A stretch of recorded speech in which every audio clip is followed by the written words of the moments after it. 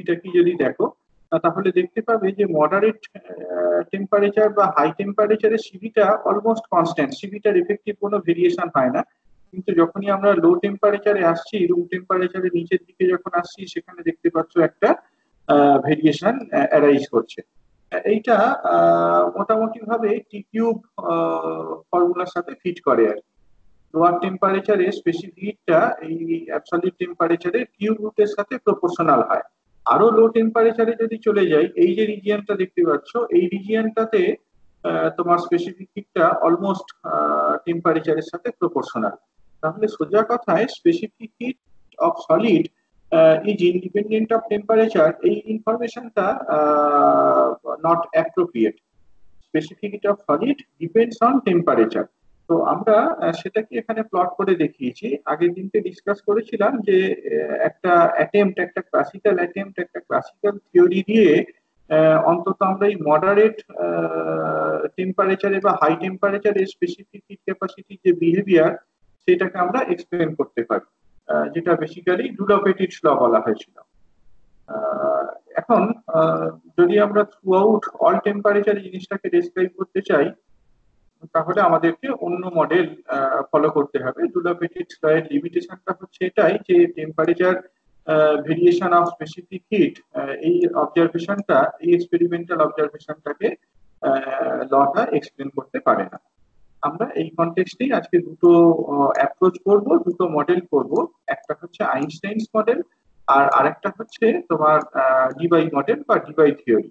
দুটো মডেলই is based on quantum of vibrational energy, which we call the ফোননস।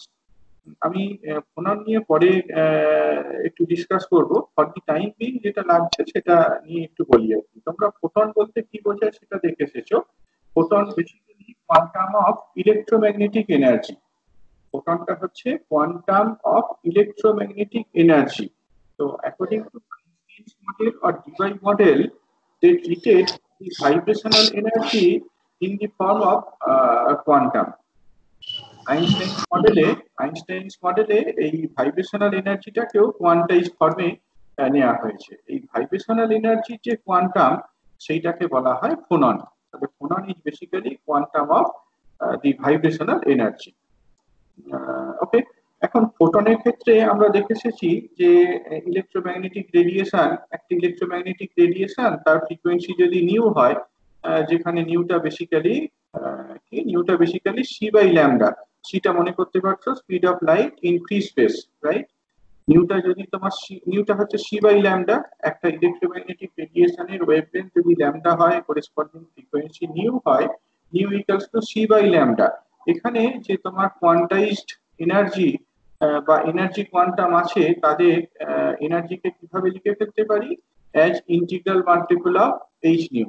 ঠিক একই রকম ভাবে যদি ভাইব্রেশন ফ্রিকোয়েন্সিটা নিউ হয়, ভাইব্রেশন ফ্রিকোয়েন্সি যদি নিউ হয়, তাহলে করেসপন্ডিং এনার্জি কোয়ান্টাম সেইগুলোকে এরকম ভাবে রিপ্রেজেন্ট করা যায়। ফোটনের যে এনার্জি, সেটাও তোমার ফোটনের মতোই En equals to NH nu বা NH cross omega. H is the Planck constant. তফাৎটা হচ্ছে এই জায়গাতেই, এখানে নিউটা হচ্ছে তোমার ফোটনের ক্ষেত্রে নিউটা হচ্ছে frequency of the electromagnetic wave, whereas এইখানে যে নিউটা দেখানো হয়েছে that is the frequency of acoustic wave. এখানে নিউটা হচ্ছে ফ্রিকোয়েন্সি অফ অ্যাকাউস্টিক ওয়েভ। ফোটনটা কোয়ান্টাম অফ ইলেকট্রোম্যাগনেটিক এনার্জি, আর ফোননটা হচ্ছে কোয়ান্টাম অফ ভাইব্রেশনাল এনার্জি। এইটাই তফাৎ। আমরা এখানেও কিন্তু এই যে নিউটাকে লিখেছি, ফোননের ক্ষেত্রে যে নিউটাকে লিখেছি, সেই নিউটাকেও আমরা সি বাই ল্যামডা এরকম ফর্মে লিখতে পারি। এই প্যারামিটার গুলোর ইন্টারপ্রিটেশনটাও একই রকম। এখানে যে ল্যামডাটা লেখা হয়েছে, সেই ল্যামডাটা অ্যাকাউস্টিক ওয়েভলেন্থকে রিপ্রেজেন্ট করছে, আর সিটা ন্যাচারালি ওই অ্যাকাউস্টিক ওয়েভের যে স্পিড, সেইটাকে রিপ্রেজেন্ট করছে। অ্যাকাউস্টিক ওয়েভের স্পিডকে আমরা সি দিয়ে রিপ্রেজেন্ট করছি। এখানে ফোটনের ক্ষেত্রে কিন্তু সিটা speed of light in free space, সেইটাকে রিপ্রেজেন্ট করছিল। আমরা যখন ফোননের কথা বলছি, ফোননের ক্ষেত্রে এই সিটা বেসিক্যালি ওয়েভ ভেলোসিটি, অ্যাকাউস্টিক ওয়েভের যে ভেলোসিটি, সেইটাকে রিপ্রেজেন্ট করছে। ফোটনের ক্ষেত্রে তোমরা মনে করতে পারছো, ফোটন ক্যারিজ মোমেন্টাম। ইনফ্যাক্ট আমরা তো স্পেশাল থিওরি অফ রিলেটিভিটিও পড়েছি, সেখানে দেখেছি যে ফোটনের ফোর্থ কম্পোনেন্ট অফ মোমেন্টাম সেইটা এক্সিস্ট করে। মোমেন্টাম ফোর ভেক্টর যদি ফোটনের ক্ষেত্রে লেখা হয় x component, y component, z component, এইগুলো zero. It has only the fourth component of the momentum is represented by h nu by c। একদম একই রকম ভাবে ফোননের ক্ষেত্রেও fourth component of linear momentum সেটাকে আমরা h nu by c এই ফর্মে লিখে ফেলতে পারি। তাহলে ফোনন নিয়ে যেগুলো বললাম, phonon basically quantum of vibrational energy. ফোটনের মতোই এর এনার্জি গুলোকে এন এইচ নিউ বা এন এইচ প্লাস ওমেগা এরকম ফর্মে লিখে ফেলা যায়, যেখানে নিউটা হচ্ছে frequency of the acoustic wave বা ফ্রিকোয়েন্সি অফ ভাইব্রেশন। এর ফোননের যে মোমেন্টাম সেই মোমেন্টামটাকে এরকম এইচ নিউ বাই সি বা h plus omega by c এরকম ফর্মে লিখে ফেলা যায়, where c represents the speed of the acoustic wave। এরপর এখানে যেটা দেখানো হয়েছে সেটা ইনফ্যাক্ট স্ট্যাটিস্টিক্যাল মেকানিক্স পার্টটা না পড়লে বলা সম্ভব নয়। আমরা স্ট্যাটিস্টিক্যাল মেকানিক্স ফলো করে দেখাতে পারি যে কোনো একটা সিস্টেম তার মোমেন্টাম, ধরো একটা সিস্টেম, সেই সিস্টেমটা সাম ভি ভলিউমে রয়েছে, একটা সিস্টেম ভি ভলিউমের মধ্যে রয়েছে। এখানে যে পার্টিকেল গুলো রয়েছে তার মোমেন্টামটা ধরো পি থেকে পি প্লাস ডিপি এই রেঞ্জের মধ্যে। তাহলে নাম্বার অফ স্টেটস বা number of particles having there momentum within the range P and p plus DP is given by 4 pi v by h cube into p square dp এরকম ফর্মে লিখে ফেলা যায়। কোন একটা সিস্টেমের কথা কনসিডার করো, সেই সিস্টেমের ভলিউমটা হচ্ছে ভি, এখানে যে পার্টিকেলস গুলো আছে তাদের মোমেন্টামটা পি থেকে পি প্লাস ডিপি, সেই সংখ্যক পার্টিকেলের সংখ্যা এরকম ভাবে লেখা যায়। ইনফ্যাক্ট পার্টিকেলের সংখ্যা না বলে নাম্বার অফ স্টেটস বলা যেতে পারে। Number of states within the momentum range between p and p plus dp is given by this formula. তোমরা এইটা গত বছরে দেখো আগের সেমিস্টারে যখন কোয়ান্টাম মেকানিক্স পড়ো সেই কনটেক্সটে এটা দেখে এসেছো হয়তো। একটু মনে করে দেখো, যখন আমরা র্যালে জিন্স ল ডিসকাস করেছিলাম, আইনস্টাইনস অ্যাপ্রোচ, প্ল্যাঙ্কস ল এর ডেরিভেশন যখন করেছিলাম, সেইখানে সিমিলার একটা ফর্মুলা নিয়েছিলাম। আমরা বলেছিলাম যে ফোটনের ক্ষেত্রে p equals to h nu by c, ফোটনের ক্ষেত্রে p equals to h nu by c. তাহলে এই number of states between the frequency range nu and nu plus d nu is given by 4 pi v by h cube। এখানে আমরা p square এর পরিবর্তে h nu by c square into dp টাকে যদি replace করো, কিভাবে replace করবে, dp টাকে যদি রিপ্লেস করো h by c into d nu এইরকম ফর্মে লিখে ফেলতে পারি। ইনফ্যাক্ট ফোটনের ক্ষেত্রে একটা 2 দিয়ে মাল্টিপ্লাই করতে হয়, বিকজ ফোটনের ক্ষেত্রে দুটো পোলারাইজেশন স্টেট থাকে সেই জন্য। ফোননের ক্ষেত্রে এরকম কোনো ব্যাপার নেই। ফোননের ক্ষেত্রে number of states between the frequency omega and omega plus d omega is given by this expression. কিছুই নয়, এই যে 4 pi v by h cube যেটা ছিল সেটাই রয়েছে এখানে, যেটা দেখতে পাচ্ছ 4 pi v by h cube সেটাই আছে। পিটাকে রিপ্লেস করা হয়েছে by h cross omega by c, ডিপিটাকে রিপ্লেস করা হয়েছে h cross d omega by c. এবার অ্যালজেব্রিক্যালি সিম্পলিফাই করো, করে দেখো এরকম একটা টার্ম পাবে, v by 2 pi square c cube into omega square d omega. আমরা নাম্বার অফ স্টেটটা nu and nu plus d nu এর মধ্যেও ক্যালকুলেট করতে পারতাম, কিছুই নয়, জাস্ট ওমেগাটা অ্যাঙ্গুলার ফ্রিকোয়েন্সি আর নিউটা হচ্ছে frequency. Omega equals to 2 pi nu. তুমি এই এক্সপ্রেশনে যদি ওমেগার জায়গায় 2 পাই নিউ বসিয়ে দিতে তাহলে এই এক্সপ্রেশনটাতে রিচ করতে পারতে। অল্টারনেটিভলি এই 4 pi v by h cube p square d p এইটা থেকে শুরু করো, জাস্ট পিটাকে রিপ্লেস করো by h nu by c, আর ডিপিটাকে রিপ্লেস করো h by c d nu. এখানে যেটা দেখানো হয়েছে সেইটা দিয়ে যদি সিম্পলিফাই করো you will arrive at this expression. অর্থাৎ এখানে যেটা বলতে চাইলাম যে একটা সিস্টেমের ভলিউম, ধরো একটা সলিডের ভলিউম হচ্ছে ভি, তাহলে এই সলিডের মধ্যে nu and nu plus d nu frequency রেঞ্জে যদি ভাইব্রেশন হয় তাহলে total 4 pi v by c cube into nu square d nu এই সংখ্যক স্টেটস থাকবে। ফোটনের ক্ষেত্রে দেখেছো, খেয়াল করে হয়তো, ফোটনের ক্ষেত্রে এই নাম্বার অফ স্টেটসটা twice this number 8 pi v 8 pi E by C cube into nu square d nu, এইটার সাথে সমান। This is for photon, but we are considering phonon. For phonon, the number of states is given by this expression. পড়েছিলে, মনে করতে পারছো? রেলে jeans লটা যখন পড়েছো আগের সেমিস্টারে, কোয়ান্টাম মেকানিক্স যখন শুরু করো, রেলে জিন্স ল বা তোমার ওই আইনস্টাইন ডেরিভেশন, প্ল্যাঙ্কস ল এর ডেরিভেশনটা যখন পড়ো,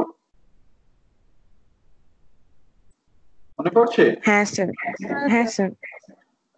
এটা আসলে যখন ওই স্ট্যাটিস্টিক্যাল মেকানিক্সটা করবে সেখানে এই আইডিয়াটা ক্লিয়ার হবে। এই যে এইটা, এই ফর্মুলাটা স্ট্যাটিস্টিক্যাল মেকানিক্সে ক্যালকুলেট করে দেখানো হবে। এটাকে বেসিক্যালি মাইক্রোস্টেটস বলা হয়। Number of microstates within the frequency between p and p plus dp is this expression. এটাই তো। যাই হোক, let us come back to the topic. Einstein's মডেলে আমরা এরপর অ্যাভারেজ এনার্জি ক্যালকুলেট করব। হ্যাঁ, অ্যাভারেজ এনার্জিটাই সেমি ক্লাসিক্যাল অ্যাপ্রোচে ক্যালকুলেট করা হবে। একদম সেম প্রসিডিওর। তোমরা ওই আগে সেমিস্টারে ফোটন হাইপোথিসিসটা কাজে লাগিয়ে, প্ল্যাঙ্কসের যে হাইপোথিসিস, প্ল্যাঙ্কস হাইপোথিসিসটা কাজে লাগিয়ে ডেরিভেশনটা করেছিলে না, planks hypothesis En equals to nh nu, এই ফর্মুলাটা ধরে এবং ম্যাক্সওয়েল বোলজম্যান ডিস্ট্রিবিউশনটা কাজে লাগিয়ে প্ল্যাঙ্কস ল অফ রেডিয়েশনটা ডিরাইভ করেছিলে। এখানেও একদম একই রকম। এটাও আমরা একটা সেমি ক্লাসিক্যাল অ্যাপ্রোচ ফলো করব। সেমি ক্লাসিক্যাল অ্যাপ্রোচ কেন বলছি? কারণটা আগের মতোই একই রকম। বিকজ এখানে আমরা এই এনার্জি গুলোকে, ভাইব্রেশনাল এনার্জি গুলোকে কোয়ান্টাইজ ফর্মে নিচ্ছি। যেমনটা প্ল্যাঙ্কস ল অফ রেডিয়েশনে ইলেকট্রোম্যাগনেটিক এনার্জি এটাকে কোয়ান্টাইজ ফর্মে নেওয়া হয়। প্ল্যাঙ্কস ল ডেরিভেশন করার সময় আমরা ইলেকট্রোম্যাগনেটিক এনার্জিটাকে কোয়ান্টাইজ ফর্মে নিই, এখানেও ভাইব্রেশনাল এনার্জিটাকে কোয়ান্টাইজ ফর্মে নিচ্ছি। ঠিক আছে? আর ক্লাসিক্যাল কথাটা কি জন্য বলা হচ্ছে? Because we are applying the Maxwell-Boltzmann statistics, which is a purely classical statistics. Maxwell-Boltzmann statistics টা কাজে লাগিয়ে আমরা average energy of the oscillator এইটা ক্যালকুলেট করছি। দেখো এখানে খেয়াল করে, একদম একই রকম অ্যাপ্রোচ যেটা আগে তোমরা শিখে এসেছো। You remember the number of oscillators having their energy En at equilibrium temperature T. ধরো কোন একটা সিস্টেম টি টেম্পারেচারে, একটা সলিড মেটেরিয়াল টি টেম্পারেচারে ইকুইলিব্রিয়ামে আছে, তাহলে এর মধ্যে কতগুলো অসিলেটর থাকবে যাদের এনার্জি স্টেটটা En এর সাথে সমান? সেটা is given by M B statistics nn equals to n0 e to the power minus en by kt। এবার এখানে জাস্ট আমরা en টাকে রিপ্লেস করেছি as n into h nu, en টাকে n into h nu এইটা দিয়ে রিপ্লেস করে দেওয়া হয়েছে। এটাই। এরপর অ্যাভারেজ এনার্জি ক্যালকুলেট করো। যখন অ্যাভারেজ এনার্জি ক্যালকুলেট করছো, you know this is the definition of average energy.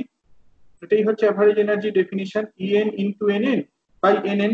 এরকম ভাবে আমরা তাহলে অ্যাভারেজ এনার্জি ক্যালকুলেট করি। এখানে যে ফর্মুলাটা দেখানো হয়েছে সেটাই আমি আরেকবার লিখছি, En into nn সাম, মানে বেসিক্যালি কি n1 u1 plus n2 e2 plus n3 e3 like this, divided by n1 plus n2 plus n3 plus n4 and so on। এটাই হচ্ছে formula of the average energy. এটাকে calculate করো, যেখানে n এর ভ্যালুটা runs from 0 and 0 to infinity. এবার just ভ্যালুগুলোকে আমরা বসিয়ে দিয়েছি। en টাকে বসিয়েছি nh নিউ, nn টাকে আগের এক্সপ্রেশনটা থেকে রিপ্লেস করা হয়েছে নিউমারেটর এবং ডিনোমিনেটরে। তাতে করে দেখো n0 টা তো কনস্ট্যান্ট টার্ম, সেটা বাদ চলে যাচ্ছে। এরপর এটাকে যদি আমরা সিম্পলিফাই করি, কিভাবে সিম্পলিফাই করেছি সেটা নিশ্চয়ই আর বলতে হবে না, এটা তোমরা সেমিস্টার করেই পড়ে এসেছো। Planck's law of radiation derive করতে গিয়ে average energy of the photon, average energy of the oscillator calculate করেছো। এখানেও ঠিক একদম একই রকম অ্যালজেব্রা ফলো করে আমরা average energy of the oscillator calculate করতে পারি। ইনফ্যাক্ট এক্সপ্রেশনটাও একদম আইডেন্টিক্যাল, একদম identical expression, h nu by e to the power h nu by kt minus 1। তফাৎটা শুধু এই জায়গাতেই, আগে আমরা যেটা পড়ে এসেছিলাম প্ল্যাঙ্কস ল কনটেক্সটে যেটা পড়ে এসেছিলাম সেটা তোমার ইলেকট্রোম্যাগনেটিক এনার্জিটাকে কোয়ান্টাইজ করছিল, আমরা ফোটনের কথা বলেছিলাম।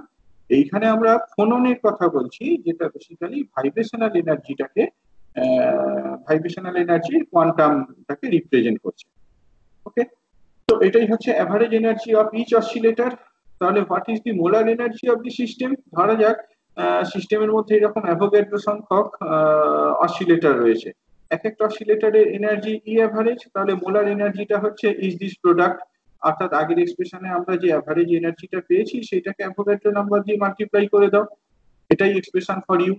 এবার যদি আমাদের টোটাল এনার্জিটা জানা থাকে, just take the temperature derivative, টেম্পারেচারের রেসপেক্টে ডেরিভেটিভ নাও, ডেরিভেটিভটা যদি নাও তাহলে এইরকম একটা এক্সপ্রেশন হবে আর কি। খুব বড় কিছু নয়, নিজেদের হাতে একটু করে নিও, যদি ডেরিভেটিভ করো তাহলে এইরকম একটা এক্সপ্রেশন পাওয়া যাবে। এটাই হচ্ছে তোমার তাহলে মোলার স্পেসিফিক হিট। তবে এই ক্যালকুলেশনটা করার সময় একটু খেয়াল করে দেখো, আমরা কিন্তু অসিলেটর গুলোকে ওয়ান ডাইমেনশনাল অসিলেটর হিসাবে ট্রিট করেছি। যদি থ্রি ডাইমেনশনাল অসিলেটরের কথা কনসিডার করতাম, ওয়ান ডাইমেনশনাল অসিলেটর মানে কি, জাস্ট বেসিক্যালি একটা ডিগ্রিজ অফ ফ্রিডমের কথা কনসিডার করা হচ্ছে। For one dimensional oscillator we are considering one degrees of freedom. তো একটা ডিগ্রিজ অফ ফ্রিডমের সাথে অ্যাসোসিয়েটেড এনার্জি যদি এইটা হয়, তাহলে তিনটে ডিগ্রিজ অফ ফ্রিডমের জন্য অ্যাসোসিয়েটেড এনার্জিটা কি হবে, মাল্টিপ্লাইড বাই থ্রি। এটাকে থ্রি দিয়ে মাল্টিপ্লাই করে দিতে হবে। ইনফ্যাক্ট এখানে যেটা ইউ পেয়েছি সেটাকে থ্রি দিয়ে মাল্টিপ্লাই করা, বা আমি যদি স্পেসিফিকটার মধ্যেই ডাইরেক্ট যেতে চাই, যে রেজাল্টটা পেয়েছি সেটাকে থ্রি দিয়ে মাল্টিপ্লাই করে দেওয়া। যদি আগের এক্সপ্রেশনটাকে সিম্পলিফাই করে থ্রি দিয়ে মাল্টিপ্লাই করে দাও, you will arrive at this expression. হ্যাঁ, এরকম একটা এক্সপ্রেশন পাবে। এটাই হচ্ছে general expression for the specific heat according to Einstein's model. এবার এটাকে আমি আরেকটু স্টাডি করতে পারি, আরেকটু ইন ডিটেল এক্সপ্লেন করা যেতে পারে। একটু খেয়াল করে দেখো, এখানে তোমার এইচ নিউ আর কেটি দুটোই একই ডাইমেনশনালি একই জিনিসকে রিপ্রেজেন্ট করছে। এইচ নিউটা কি, এনার্জিকে রিপ্রেজেন্ট করে। K into t, Boltzmann constant into temperature, দুটোই দেখো ডাইমেনশনালি এনার্জিকে রিপ্রেজেন্ট করে, রাইট? তাহলে h nu h nu h nu by k, এইটা ডাইমেনশনালি নিশ্চয়ই একটা টেম্পারেচারকে রিপ্রেজেন্ট করবে। ধরা যাক এই টেম্পারেচারটা হচ্ছে some theta E. H nu by k dimensionally represents a temperature. ধরা যাক এই টেম্পারেচারটা হচ্ছে থিটা ই। এই থিটা ই টেম্পারেচারটাকে আইনস্টাইন টেম্পারেচার বলা হয়। আমরা এই আগের এক্সপ্রেশনে এইচ নিউ বাই কে এইটাকে যদি থিটা ই দিয়ে রিপ্লেস করে দিই, দেখো কিরকম হবে। থ্রিটা যেমন ছিল রইলো, N A into k, Avogadro নাম্বারকে যদি বোলজম্যান কনস্ট্যান্ট দিয়ে মাল্টিপ্লাই করে দেওয়া হয়, we will have the molar gas constant. আর এইচ নিউ বাই কে যেমনটা বললাম, এটা ডাইমেনশনালি একটা টেম্পারেচারকে রিপ্রেজেন্ট করে।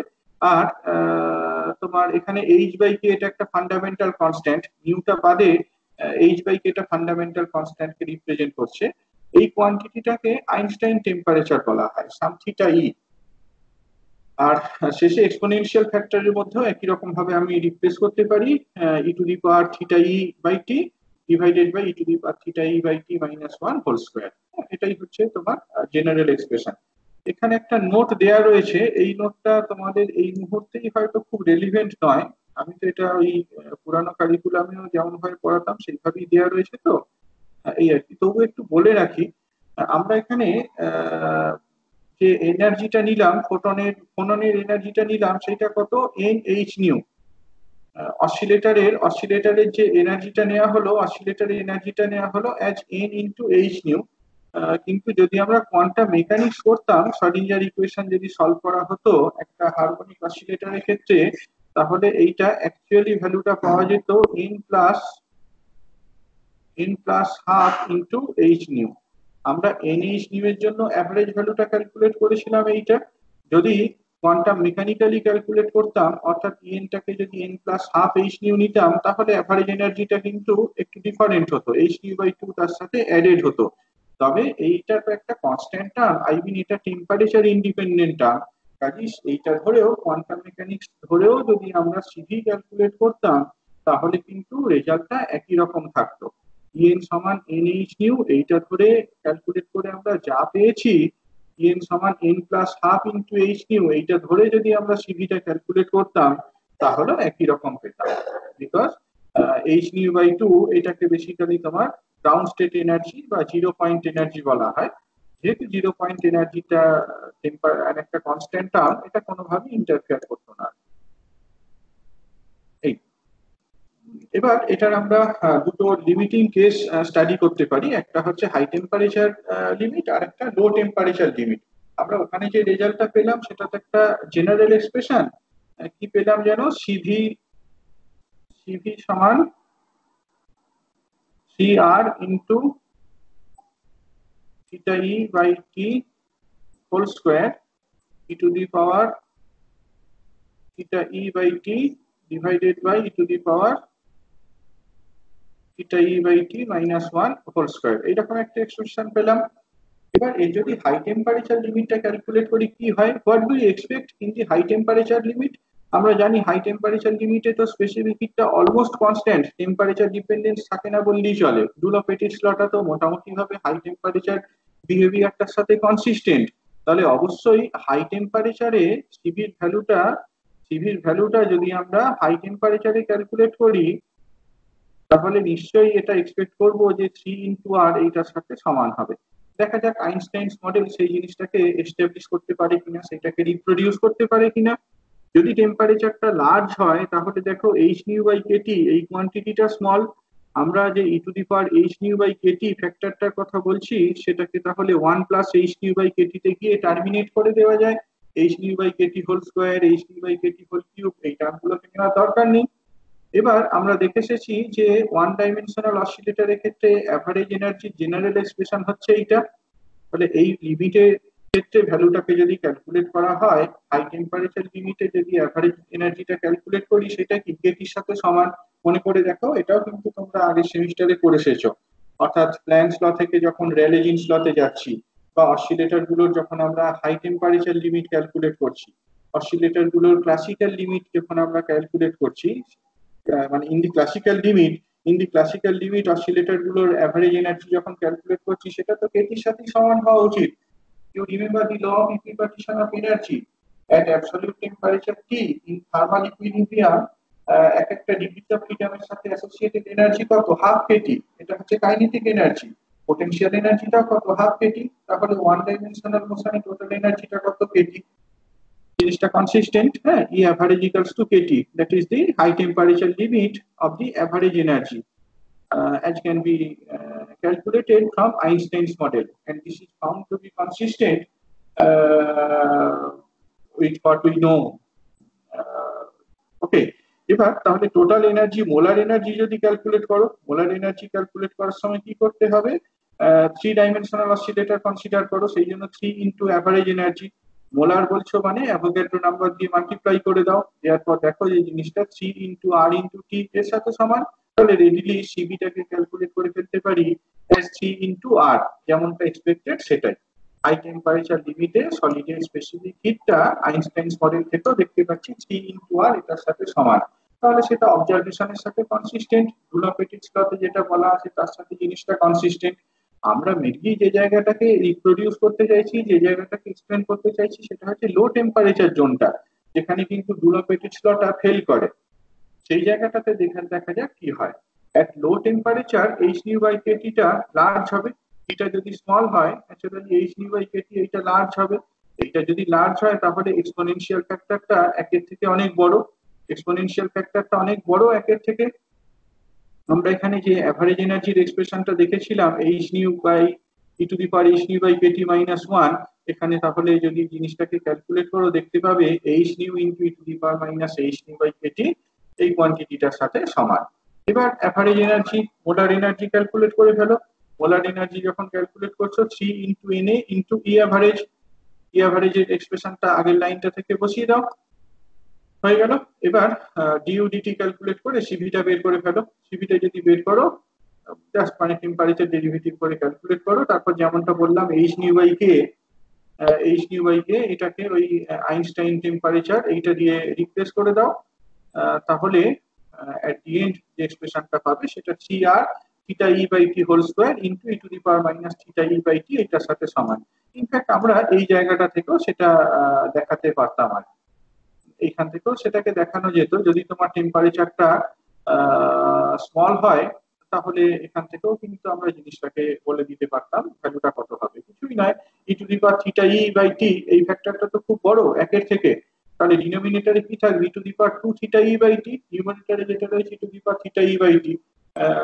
ক্যালকুলেট করে দেখো তোমার এই পার্টটা বাদ চলে যাবে, e⁻θE বাই T এটার সাথে সমান হবে। তাহলে এখান থেকে খুব সুন্দরভাবে কিন্তু আমরা একটা টেম্পারেচার ডিপেন্ডেন্সি আছে স্পেসিফিক হিট ক্যাপাসিটি সেইটাকে দেখতে পাচ্ছি। এই এক্সপ্রেশনটা থেকে দেখতে পাচ্ছ যে specific heat of solids depend on the temperature. এটা একটা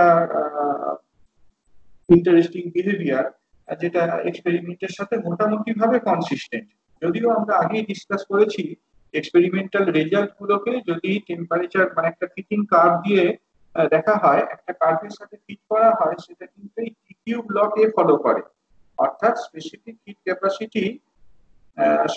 হিট ক্যাপাসিটি এইটা কিন্তু তোমার ওই টেম্পারেচারের কিউব রুটের সাথে প্রপোর্শনাল হয়। অর্থাৎ আইনস্টাইনস মডেল দিয়ে আমরা যে ফর্মুলাটা পাচ্ছি সেটার সাথে এক্স্যাক্টলি ম্যাচ করে না।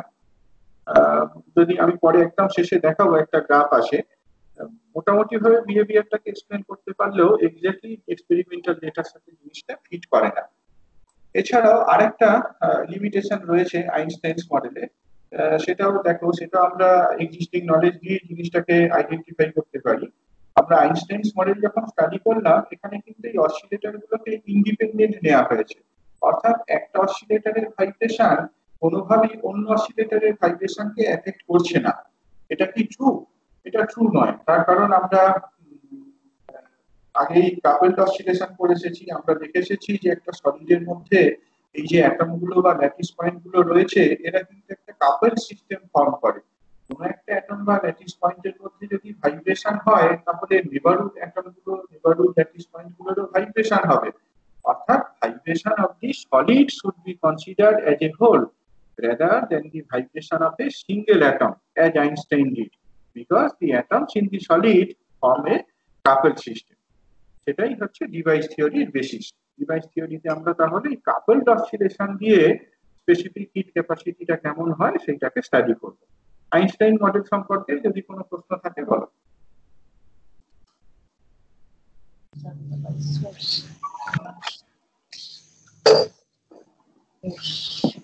হ্যাঁ বলো। হ্যালো, আসে কোশ্চেন কিছু আছে আইনস্টাইনস মডেলটায়? নেই, ওকে চলো। এরপর আমরা তাহলে ডিভাই থিওরিতে যাই। যেটা বললাম যে ডিভাই থিওরিতে আমরা তাহলে সলিডের অ্যাজ এ হোল সলিডের ভাইব্রেশনটাকে কনসিডার করব। আমরা তো আগে সেই ওয়ান ডাইমেনশনাল চেন পড়েই এসেছি, এখানে দেখেছি যে এটা তোমার এইরকম ধরনের একটা কাপল সিস্টেম ফর্ম করে। কাজেই এখানে একটা অ্যাটমের যদি ভাইব্রেশন হয়, তাহলে নিশ্চয়ই পরের অ্যাটমেরও ভাইব্রেশন হবে, তারপরের অ্যাটমেরও ভাইব্রেশন হবে, তারপরের অ্যাটমেরও ভাইব্রেশন হবে। অর্থাৎ একটা অ্যাটমের ভাইব্রেশনটা কিন্তু ইন্ডিপেন্ডেন্ট নয়, অ্যাটমগুলোর ভাইব্রেশনটা ইন্ডিপেন্ডেন্ট নয়। অ্যাজ এ হোল সলিডের ভাইব্রেশনটাই আমাদের কনসিডার করতে হবে, because the system is a coupled system.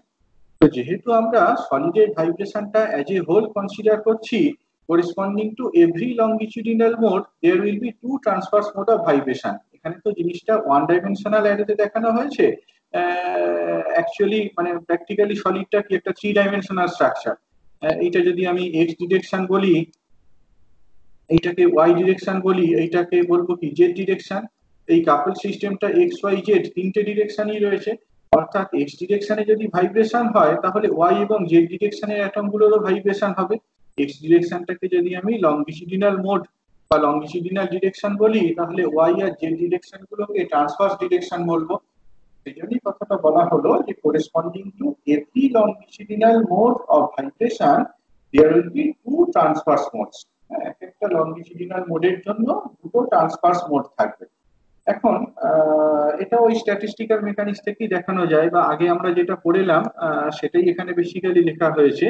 New থেকে নিউ প্লাস ডি নিউ এই রেঞ্জের মধ্যে কতগুলো স্টেটস রয়েছে, কতগুলো মোডস অফ ভাইব্রেশন রয়েছে, সেইটা is equal to 4πv/c³ into nu square d new.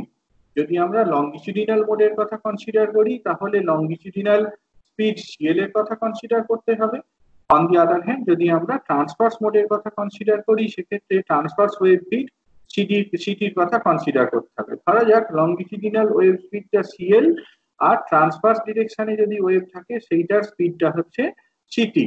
এবার এক একটা ফ্রিকোয়েন্সির জন্য কি দেখতে পাচ্ছ, একটা লংগিটিউডিনাল মোড, দুটো ট্রান্সভার্স মোড। তাহলে টোটাল যে মোড অফ ভাইব্রেশন বা টোটাল নাম্বার অফ স্টেটস যদি ক্যালকুলেট করি, সেইটা এইরকম একটা এক্সপ্রেশন হবে, ইকুয়েশন 1 এ যেটা দেওয়া হয়েছে তার সাথে সমান হবে। দেওয়ার পরে দেখো 4πv1/cl³ into nu square d nu, এইটা তোমার লংগিটিউডিনাল মোড অফ ভাইব্রেশনের করেসপন্ডিং। আর 4πv into 2/ct³ into nu square d nu, এইটা তোমার দুটো ট্রান্সভার্স মোডের জন্য ভাইব্রেশনকে, দুটো ট্রান্সভার্স ভাইব্রেশনকে হিসাবের মধ্যে নিচ্ছে। তাহলে considering one longitudinal mode and two transverse mode of vibration, the total number of modes within the frequency range between nu and nu plus d nu is given by equation 1. cl³ 1/cl³ প্রথম পার্টটা কি বললাম, প্রথম পার্টটা longitudinal মোডটা কে represent করছে, আর দ্বিতীয় part 2/ct³ দুটো transverse মোডকে represent করছে। টু ফ্যাক্টরটা এই জন্যই, যেহেতু দুটো ট্রান্সভার্স মোড রয়েছে সেই জন্য টু ফ্যাক্টরটা আছে, একটা সে ওয়াই এর জন্য আর একটা জেড এর জন্য। এই একটা এক্স এর জন্য, একটা ওয়াই এর জন্য, আর একটা জেড এর জন্য। ওয়াই আর জেড দুটোই ট্রান্সভার্স ডিরেকশন, দুটো আইডেন্টিক্যাল, সেই জন্য 2/ct³, এই ফ্যাক্টরটা অ্যাপিয়ার করছে। Debye pointed out that the maximum frequency must be restricted due to the fact that total number of modes of vibration must be 3Na. এইটা একটা hypothesis বলতে পারো, দ্যাট Debye 2 যে এখানে কিন্তু নাম্বার অফ মোডসটা রেস্ট্রিক্টেড। আইনস্টাইনস মডেলে কিন্তু এরকম নাম্বার অফ মোডস রেস্ট্রিকশনের কোনো ছিল না, পয়েন্ট ছিল না, যে কোনো সংখ্যক মোড থাকতে পারে, অর্থাৎ যে কোনো রকম ফ্রিকোয়েন্সি অফ ভাইব্রেশনের কথা আইনস্টাইনস মডেলে বলা হয়েছিল। ডিবাই মডেলে কিন্তু এরকম একটা কাট অফ ফ্রিকোয়েন্সির কথা বলা হয়েছে। ডিবাই মডেলে বলা হয়েছে যে একটা সলিডের মধ্যে একটা কাট অফ ফ্রিকোয়েন্সি রয়েছে, অর্থাৎ একটা সার্টেন ফ্রিকোয়েন্সি থেকে হায়ার ফ্রিকোয়েন্সিতে কোনো রকম ভাইব্রেশন সম্ভব নয়। এই হায়ার ফ্রিকোয়েন্সিটা কিভাবে করা যায়, হায়ার ফ্রিকোয়েন্সিটা কিভাবে ডিটারমাইন করা যায়, কিভাবে ক্যালকুলেট করা যায়, subjected to the fact that total number of modes is equal to 3 into Na। অর্থাৎ এক নাম্বার ইকুয়েশনে যে এক্সপ্রেশনটা আমরা পেয়েছি, এইটাকে আমরা ফ্রিকোয়েন্সি রেসপেক্টে ইন্টিগ্রেট করছি। ফ্রিকোয়েন্সিটা 0 থেকে নিউ ডি, এই কাট অফ ফ্রিকোয়েন্সি পর্যন্ত যদি ইন্টিগ্রেট করা হয়, তাহলে সেই সংখ্যাটা 3 into Na এর সাথে সমান হবে, যেখানে এনএটা অ্যাভোগাড্রো নাম্বারকে রিপ্রেজেন্ট করছে। এটাই এখানে বলা আছে। বেসিক্যালি আমরা ওই এক নাম্বার ইকুয়েশনে যে জেড নিউটা পেয়েছিলাম, সেই জেড নিউ ডি নিউ এইটাকে যদি ইন্টিগ্রেট করে দিই between the frequency range 0 and new D, we will have the value as 3 into Na। এবার ওখানে দেখো ভালো করে 4πv, এই যে ফ্যাক্টরটা, এটা তো কনস্ট্যান্ট ধরে নেওয়া হচ্ছে, তাহলে নিউ স্কয়ার ডি নিউ এইটাকে ইন্টিগ্রেট করো, করলে কি পাবে, নিউ ডি কিউব বাই 3, এইটা পাওয়া যাবে, সেইটা 3n এর সাথে সমান। এখান থেকে তাহলে আমরা নিউ ডি কিউবটাকে ক্যালকুলেট করে ফেলতে পারি। হ্যাঁ, ইকুয়েশন 2 থেকে তাহলে আমরা বলে দিতে পারি যে ডিবাই কাট অফ ফ্রিকোয়েন্সির ভ্যালুটা কত হবে। এইটা বেসিক্যালি সলিডের ভলিউম কেমন সেইটা দ্বারা ডিটারমাইন্ড হবে। এর পাশাপাশি longitudinal wave speed, transverse wave speed, এই ভ্যালুগুলো কেমন সেইগুলো দ্বারা ডিটারমাইন্ড হবে। ওকে, এবার আইনস্টাইন ফর্মুলাতে আমরা তো ওই ফোনন হাইপোথিসিস দিয়ে অ্যাভারেজ এনার্জি ক্যালকুলেট করেছিলাম, ডিবাই মডেলেও ঠিক একই জিনিসকেই নেওয়া হয়েছে, দুটোর মধ্যে কোনো তফাৎ নেই, অ্যাপ্রোচটা একই রকম। তফাৎটা হচ্ছে এই জায়গাতেই। তফাৎটা কোথায় বুঝতে পারছো? তফাৎটা হচ্ছে আইনস্টাইনস মডেলে অসিলেটর গুলোকে ইন্ডিপেন্ডেন্ট নেওয়া হয়েছে, ডিবাই মডেলে অসিলেটর সিস্টেমটাকে কাপল সিস্টেম হিসাবে নেওয়া হয়েছে, এই জায়গায় একটা তফাৎ রয়েছে। আর একটা তফাৎ হচ্ছে আইনস্টাইনস মডেলে number of modes can be anything, there was no such restriction, cut off frequency সম্পর্কে কোনো আইডিয়া ছিল না। ডিবাই মডেলে কিন্তু এই নাম্বার অফ মোডসটা রেস্ট্রিক্টেড টু 3 into Na, যেখান থেকে কাট অফ ফ্রিকোয়েন্সির একটা আইডিয়া পাওয়া যায়, এই জায়গাতেই তফাৎটা। তাহলে এবার আমরা টোটাল এনার্জি ক্যালকুলেট করব। টোটাল এনার্জি যখন ক্যালকুলেট করব, বেসিক্যালি 0 to নিউ ডি জিনিসটাকে ইন্টিগ্রেট করব, 0 to নিউ ডি এইটাকে ইন্টিগ্রেট করব। জেড নিউটা কি বোঝাচ্ছে, number of states, basically number of states বা number of oscillators within the frequency range nu and nu plus d nu, সেটাকে যদি অ্যাভারেজ এনার্জি দিয়ে মাল্টিপ্লাই করে দাও তাহলেই টোটাল এনার্জি পেয়ে যাবে। টোটাল এনার্জিটাকে ক্যালকুলেট করে ফেলো, টোটাল এনার্জিটাকে ক্যালকুলেট করো, জেড নিউ এর যে ভ্যালুটা পেয়েছো সেইটাকে বসাও, মানে এইটা into nu square d nu, এই ভ্যালুটাকে বসিয়ে দিলে, আর অ্যাভারেজ এনার্জি যে ভ্যালুটা আইনস্টাইনস মডেল থেকে পাওয়া গেছে সেইটাকে এখানে বসিয়ে দেওয়া হলো। বসিয়ে দেওয়ার পর দেখতে পাচ্ছ ইন্টিগ্র্যান্ডের মধ্যে যেটা রয়েছে সেটা বেসিক্যালি এইটা নিউ কিউব বাই দিস, ইন্টিগ্র্যান্ডটা হচ্ছে এইটা, আর বাইরে এই 4π v 1/cl³ 2/ct³ এই জিনিসটাকে আমরা এই ডিভাই কাট অফ ফ্রিকোয়েন্সি দিয়ে রিপ্লেস করে দিয়েছি। এখান থেকে দেখো 2 নাম্বার ইকুয়েশন থেকে ভ্যালুটাকে এখানে রিপ্লেস করে দেওয়া হয়েছে। 2 নাম্বার ইকুয়েশনটাকে যদি একটু স্টাডি করো দেখতে পাবে যে vd³ এই ভ্যালুটা কত, vd³ এই ভ্যালুটা basically 9na/4πv 1/cl³ plus 2/ct³ এইটার সাথে সমান। কাজে এই যে জিনিসটা, এইটাকে যদি আমরা লিখি এইটা তাহলে কিসের সাথে সমান হবে, এইটা 9na/vd³ এইটার সাথে সমান। হ্যাঁ, এখানে সেটাই করা হয়েছে। আগের স্টেপে যেটাকে আমি আন্ডারলাইন করে রেখেছি এই টার্মটাকে 9na/vd³ এইটা দিয়ে রিপ্লেস করে দেওয়া হয়েছে বাই ইউজিং ইকুয়েশন 2। এইচটা এখানে ছিল, সেই এইচটা ইন্টিগ্রেশনের বাইরে নেওয়া হয়েছে, বাকি পার্টটা তোমার ইন্টিগ্রেশনের ভিতরে রয়েছে এজ এন ইন্টিগ্রেন্ড। এটাই 3 নাম্বার ইকুয়েশন। 3 নাম্বার ইকুয়েশনে দেখো ভালো করে, ভেরিয়েবলটা বেসিক্যালি নিউ, তাই না? আমরা নিউ এর রেসপেক্টে জিনিসটাকে ইন্টিগ্রেট করছি। তাহলে যদি আমরা স্পেসিফিক হিটটাকে ক্যালকুলেট করতে চাই, স্পেসিফিক হিটটাকে ক্যালকুলেট করতে গেলে আমাদের টেম্পারেচারের রেসপেক্টে তো ডিফাইন করতে হবে, ডেরিভেটিভ করতে হবে। 3 নাম্বার ইকুয়েশনটাকে ডাইরেক্ট আমরা টেম্পারেচারের রেসপেক্টে ডেরিভেটিভ করতে পারি। 3 নাম্বার ইকুয়েশনে যেটা বারবার বলছি, ভেরিয়েবলটা নিউ, আর আমরা যদি ডিউ ডিটি ক্যালকুলেট করি সেটা তো টেম্পারেচারের রেসপেক্টে ডেরিভেটিভ করছি। কমফোর্টেবলি আমরা ইন্টিগ্রেন্টটার মধ্যে যে টেম্পারেচার ডিপেন্ডেন্ট পার্টগুলো রয়েছে সেগুলোকে ডেরিভেটিভ করে নিতে পারি। নেওয়ার পর যদি রিরাইট করো তাহলে 4 নাম্বার ইকুয়েশনে যেটা দেওয়া হয়েছে সেইটা হবে। এটাই বেসিক্যালি তোমার general expression. Apparently it looks very complicated, but this is the general expression. হ্যাঁ, এটাই হচ্ছে তাহলে আমাদের general expression for the specific heat. Okay,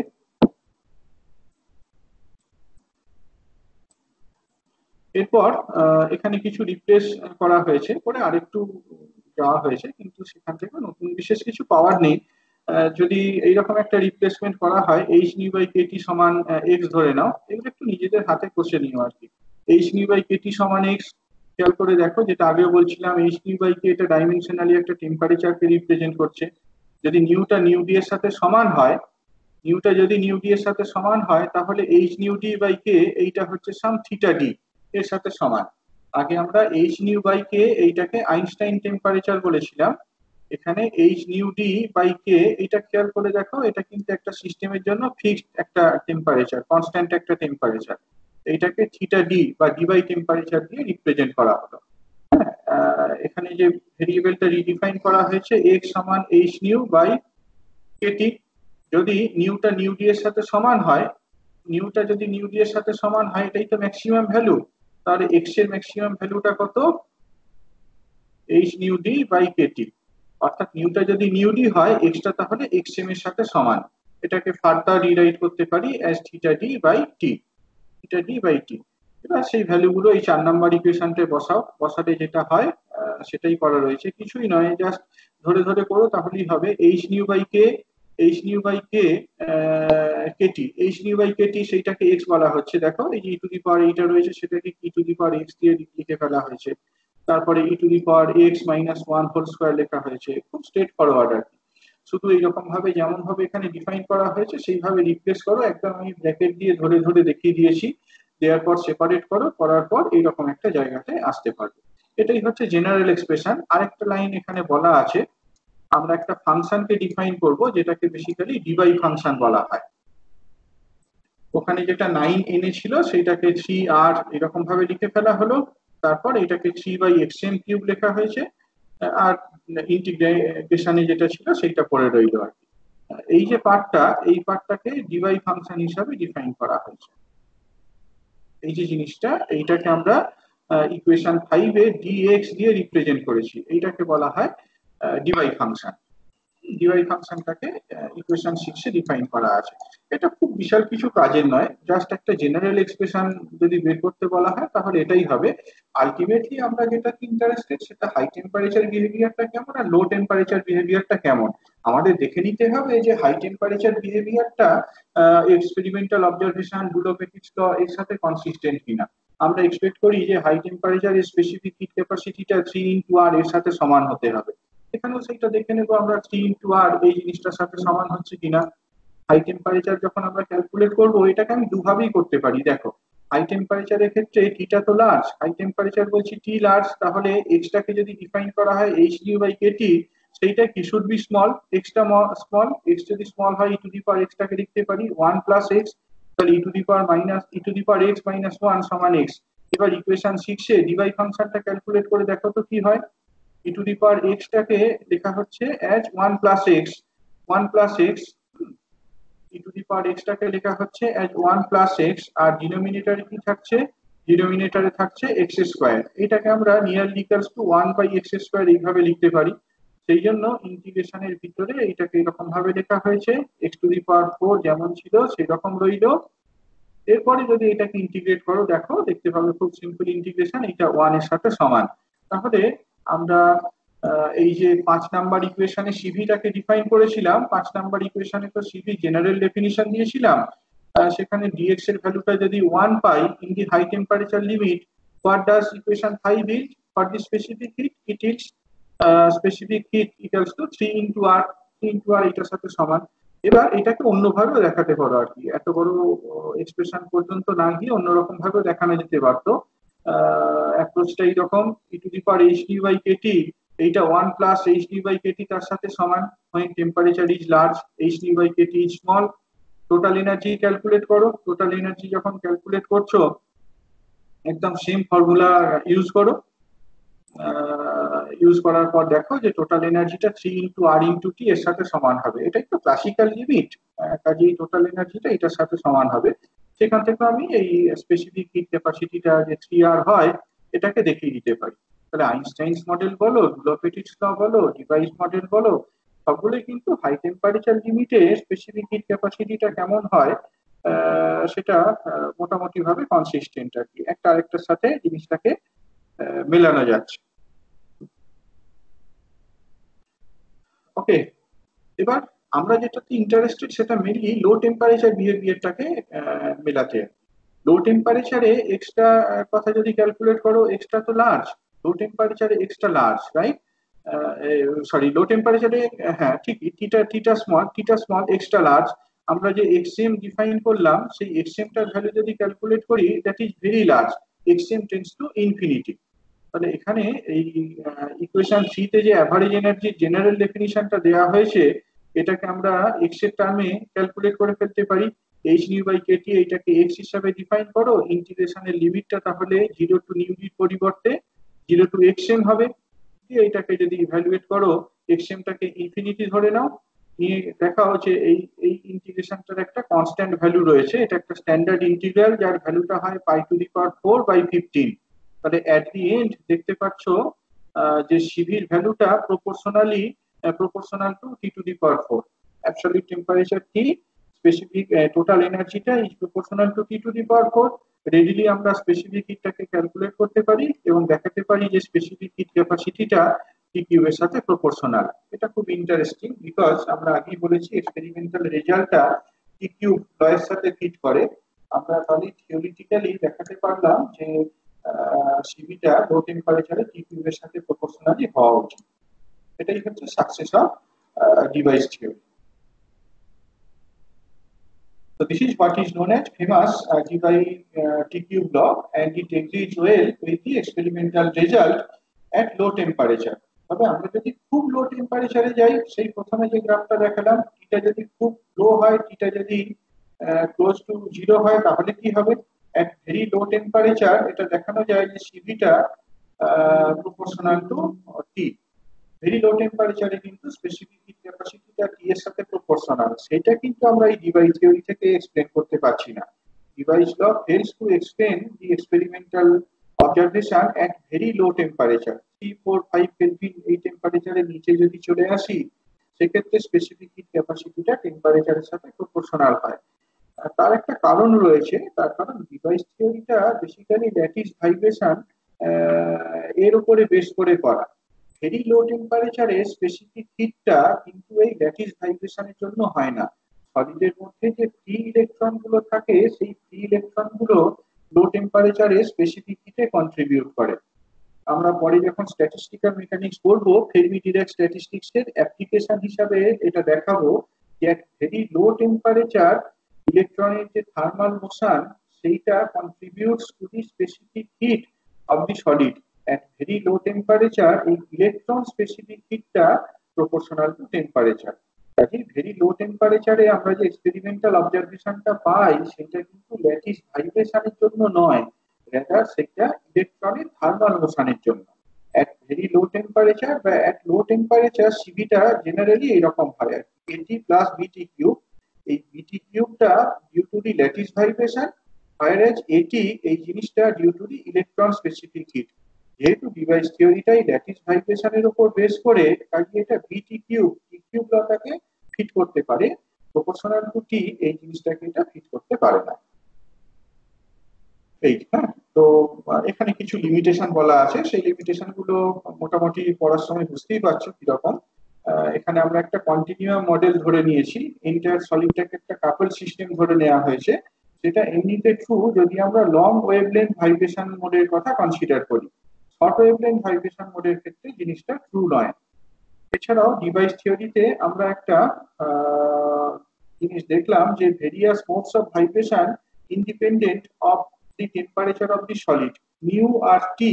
mu আর টি এইগুলোকে ইন্ডিপেন্ডেন্ট নেওয়া হয়েছে, সেটাও ঠিক নয় আর কি। Frequency of vibration is a function of temperature. তারপর আরেকটা জিনিস দেখো, ইন্টিগ্রেশনটা করার সময় আমরা এই যে সিএল বা সিটি এইগুলোকে সবসময় ইন্টিগ্রেশনের বাইরে রেখেছিলাম। অর্থাৎ আমরা এটা ধরেই নিয়েছিলাম যে ওয়েভ স্পিডটা ইন্ডিপেন্ডেন্ট অফ ফ্রিকোয়েন্সি। সেটা কখন হবে? যদি মিডিয়ামটা ডিসপারসিভ না হয় তবেই, তাই না? মিডিয়ামটা যদি ডিসপারসিভ হয় সেক্ষেত্রে কিন্তু ওয়েভ ভেলোসিটি বা ওয়েভ স্পিড এইটা ফ্রিকোয়েন্সি অফ ভাইব্রেশন তার সাথে ডিপেন্ড করে। তাহলে আমরা সিএল বা সিটি এইগুলোকে ইন্ডিপেন্ডেন্ট অফ ফ্রিকোয়েন্সি হিসাবে ট্রিট করেছি। সেটা তখনই সত্যি হয় যদি মিডিয়ামটা নন ডিসপারসিভ হয়। ডিসপারসিভ মিডিয়ামের ক্ষেত্রে জিনিসটা ডাজ নট হোল্ড। তারপর ডিভাইস থিওরিতে আমরা বলেছি যে total mode of vibration should be restricted to 3 Na, that is there is a cut off frequency. এইটারও কিন্তু খুব প্রপার জাস্টিফিকেশন নেই। আরেকটা জিনিস শেষে যেটা বললাম যে device consider only lattice vibration contribution to the specific heat from the lattice vibration. He did not consider the contribution of electrons to the specific heat. এটাও তাহলে একটা লিমিটেশন। এখানে যে গ্রাফটা দেখতে পাচ্ছ, সেই গ্রাফটায় দেখো as a function of temperature জিনিসটাকে প্লট করা রয়েছে। একটু খেয়াল করে দেখো, ওয়াই অ্যাক্সিসে আমরা স্পেসিফিক হিট সিভিটাকে প্লট করেছি, আর এক্স অ্যাক্সিসে আমরা টেম্পারেচারটাকে প্লট করেছি। যেটা এখান থেকে দেখতে পাচ্ছ যে ডেটাগুলো খুব সুন্দরভাবে ফিট করে। এই যে ডট দিয়ে যেগুলো দেওয়া রয়েছে সেগুলো তোমার এক্সপেরিমেন্টাল ডেটা পয়েন্ট গুলোকে বোঝাচ্ছে। এই এক্সপেরিমেন্টাল ডেটা পয়েন্ট গুলো ডিভাই ফর্মুলার সাথে খুব সুন্দরভাবে ফিট করে। আইনস্টাইনস ফর্মুলাটা মোটামুটি ভাবে ডিভাই ফর্মুলাটা যেমন দেখতে পাচ্ছ সেই রকমই, ডিভাই কার্ভটা যেমন দেখতে পাচ্ছ আইনস্টাইন কার্ভটাও মোটামুটি ভাবে সেই রকমই, কিন্তু এক্সপেরিমেন্টাল রেজাল্ট গুলো এই আইনস্টাইন কার্ভের সাথে প্রপারলি ফিট করে না। ডিভাই থিওরিটা তাহলে মোর অ্যাপ্রোপ্রিয়েট। এখানে একটা টি বাই থিটা রয়েছে দেখতে পাচ্ছ এক্স অ্যাক্সিস বরাবর। এখানে যখন আমরা ডিভাই মডেলটা দিয়ে ফিট করছি, এই থিটাটা basically theta D, D by টেম্পারেচারকে রিপ্রেজেন্ট করছে। যখন আমরা আইনস্টাইন মডেলটাকে ফিট করছি, আইনস্টাইন রেজাল্টটাকে ফিট করছি, এই থিটাটা থিটা ই আইনস্টাইন টেম্পারেচারকে রিপ্রেজেন্ট করছে। এটাই আর কি। হ্যাঁ, এটাই regarding the specific heats of solids, Einstein's model and device model, their success, their limitations.